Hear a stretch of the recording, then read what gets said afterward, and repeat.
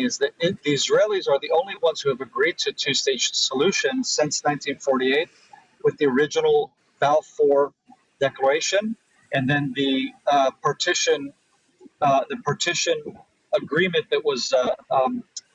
It's not really. It's not binding. Okay, it's a suggestion from from essentially the world via the United Nations at the time, which was to partition what was left of the British Mandate of Palestine, the little sliver of land.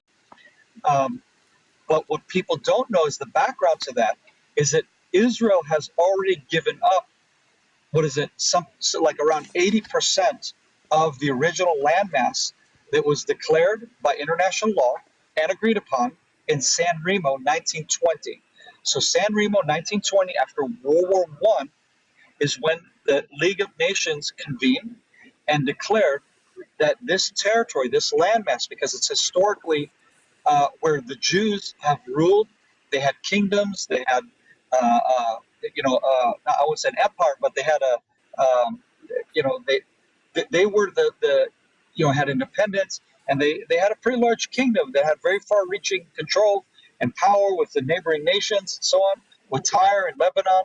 We got cedars from Lebanon. People just think that Israel was birthed out of 1948 after the Holocaust, and it's like the world felt guilty for what they did to us, and this was like, you know how you have like this white guilt here in North America, that we feel bad because we stole land from the Indians or whatever, and it's like you want to kind of make amends and make compromises or whatever, all these kind of conversations.